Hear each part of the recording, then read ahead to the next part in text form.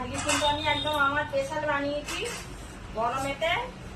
ওই জন্য আমি বলি রোজ রোজ নয়, ঝাল মশলা একদম ভালো লাগছে না, শরীর খারাপ করে যাচ্ছে জানো বন্ধুরা। এই জন্য আমি কি বানিয়েছি দেখো, আমার ফেভারিট, অনেকেরই এটা ফেভারিট, শুধু আমার নয়।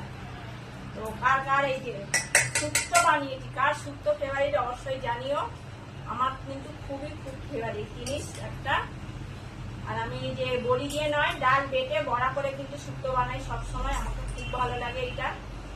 বড়িটা অতটা আমার ভালো লাগে না।